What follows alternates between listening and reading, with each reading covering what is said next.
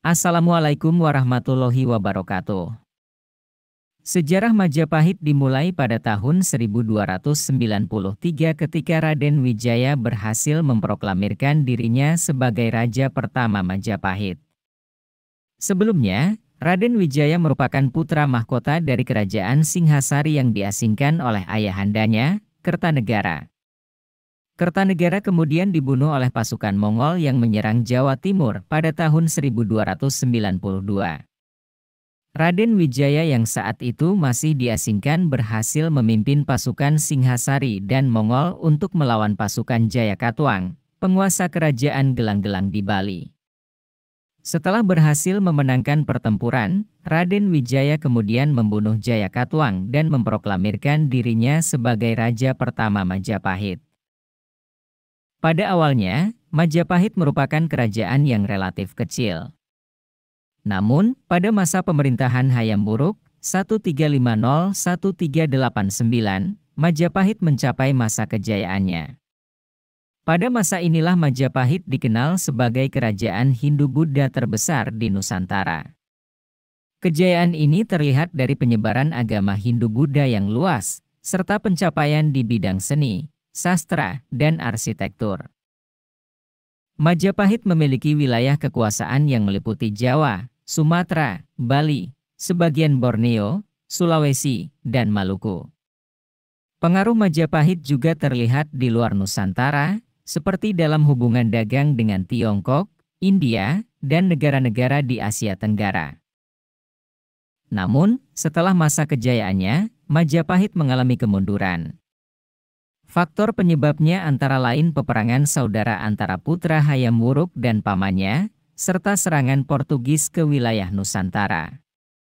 Akhirnya, Majapahit pun jatuh ke tangan Demak pada tahun 1525.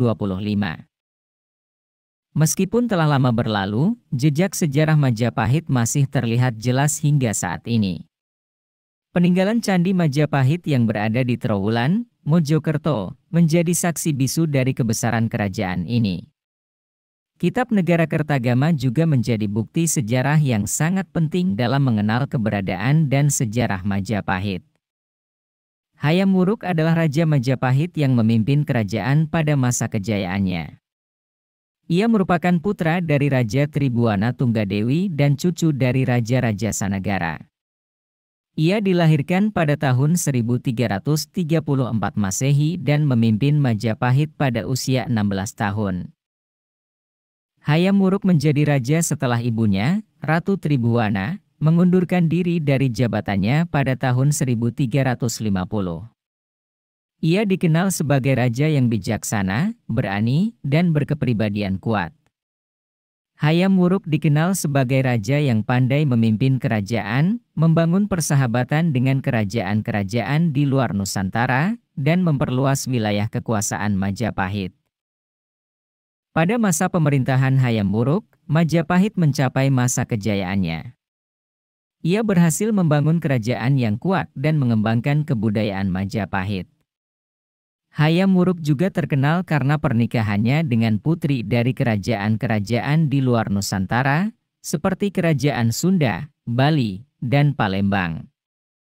Melalui pernikahan ini, ia berhasil memperkuat hubungan antara Majapahit dengan kerajaan-kerajaan lain. Hayam Wuruk juga dikenal sebagai raja yang pandai berdiplomasi. Ia berhasil membangun hubungan persahabatan dengan kerajaan-kerajaan di luar Nusantara, seperti Kerajaan Cina, India, dan Champa. Hubungan ini terjalin melalui perdagangan dan diplomasi, sehingga Majapahit menjadi pusat perdagangan dan kebudayaan di Asia Tenggara pada masa itu. Di bidang seni dan sastra, masa pemerintahan Hayam Wuruk juga dianggap sebagai masa kejayaan. Hal ini terlihat dari banyaknya karya seni dan sastra yang dihasilkan pada masa itu, seperti relief Candi Penataran, Kakawin Negara Kertagama, dan Serat Pararaton. Kakawin Negara Kertagama, karya sastrawan M.P.U. Prapanca, menjadi bukti penting dalam mengenal keberadaan dan sejarah Majapahit. Kepemimpinan Hayam Wuruk membawa Majapahit ke masa kejayaannya. Ia berhasil membangun kerajaan yang kuat dan memperluas wilayah kekuasaan Majapahit. Ia juga pandai berdiplomasi dan membangun hubungan persahabatan dengan kerajaan-kerajaan di luar Nusantara. Masa kejayaan ini tidak hanya meninggalkan peninggalan bersejarah yang berharga, namun juga memperkaya kebudayaan Indonesia dan Asia Tenggara secara luas.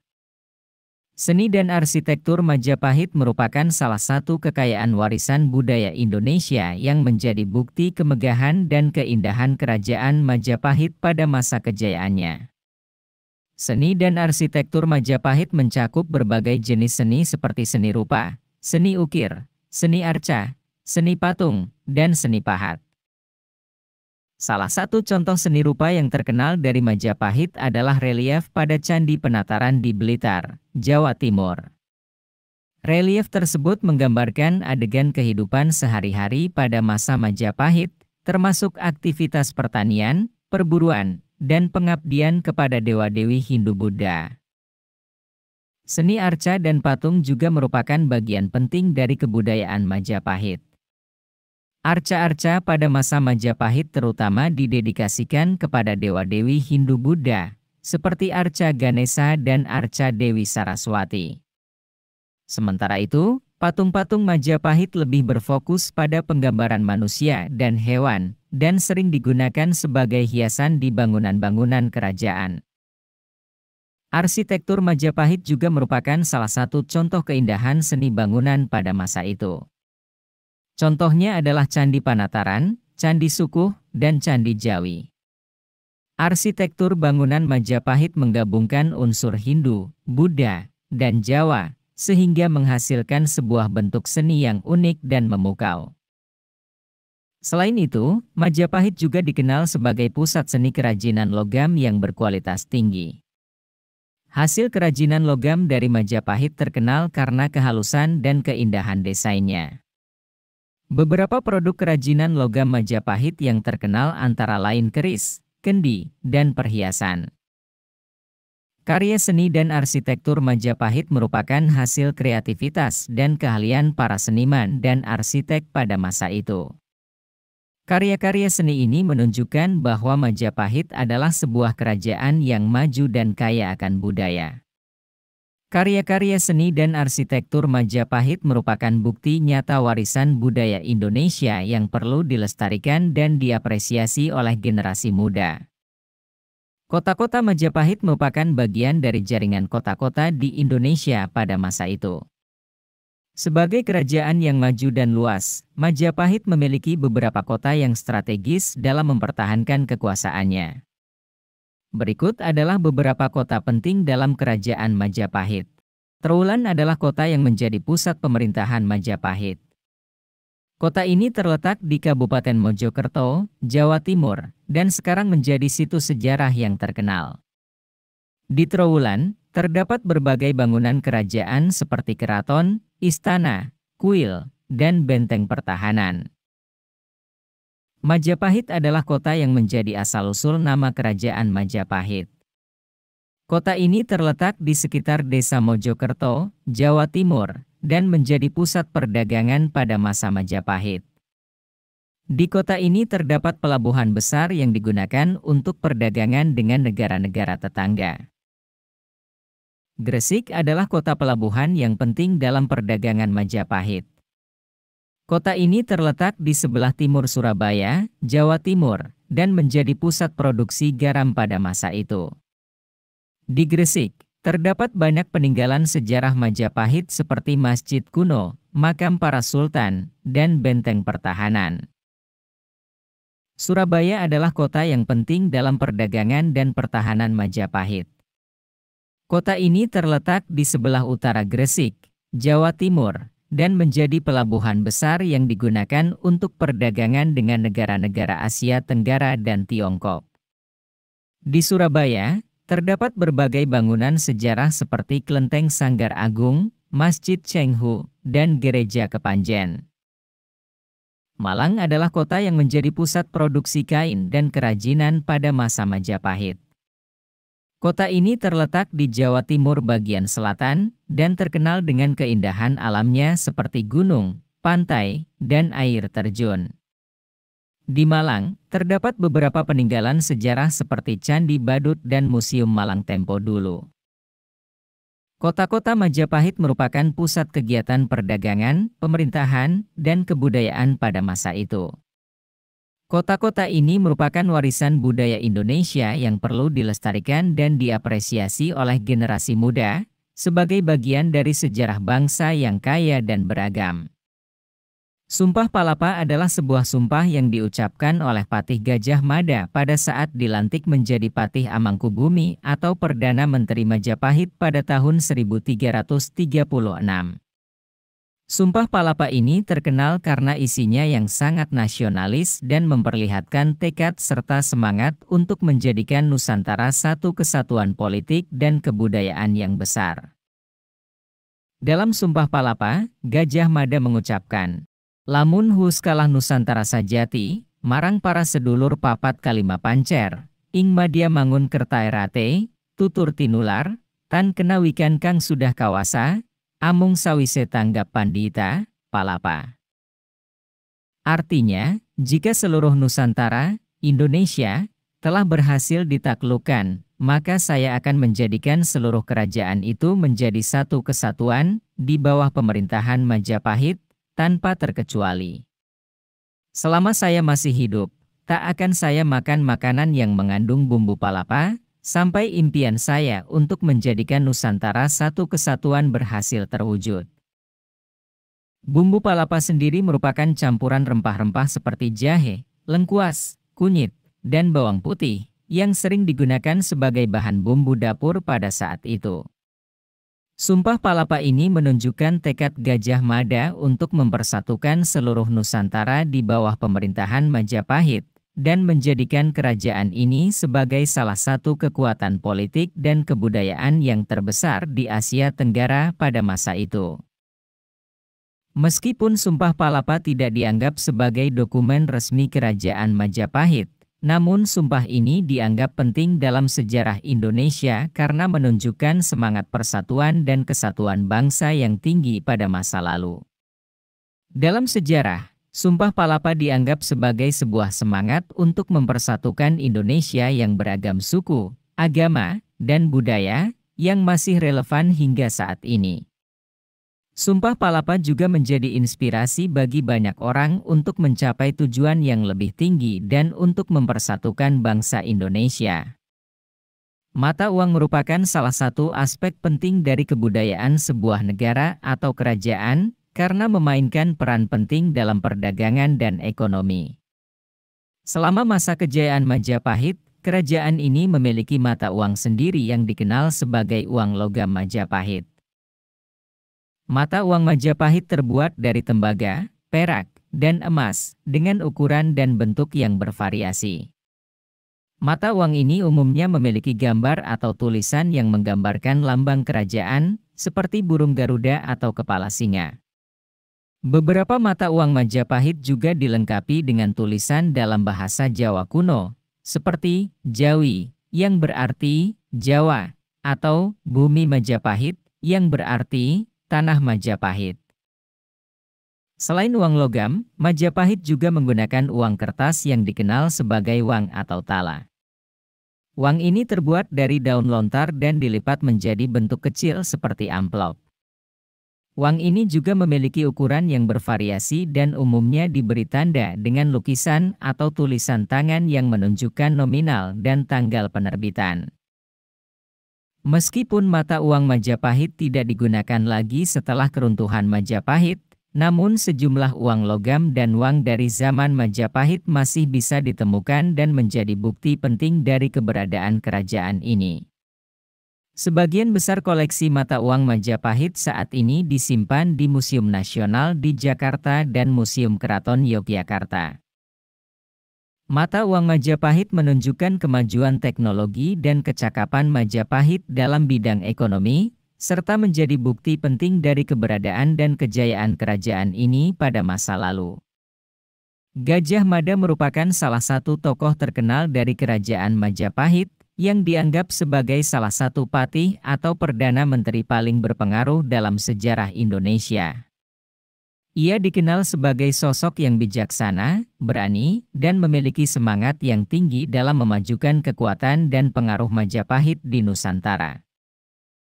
Gajah Mada dilahirkan pada sekitar tahun 1230 di Desa Trowulan, yang kini menjadi bagian dari Mojokerto, Jawa Timur. Ia memulai karirnya di Kerajaan Majapahit sebagai prajurit dan kemudian diangkat menjadi seorang patih oleh Raja Hayam Wuruk pada tahun 1313.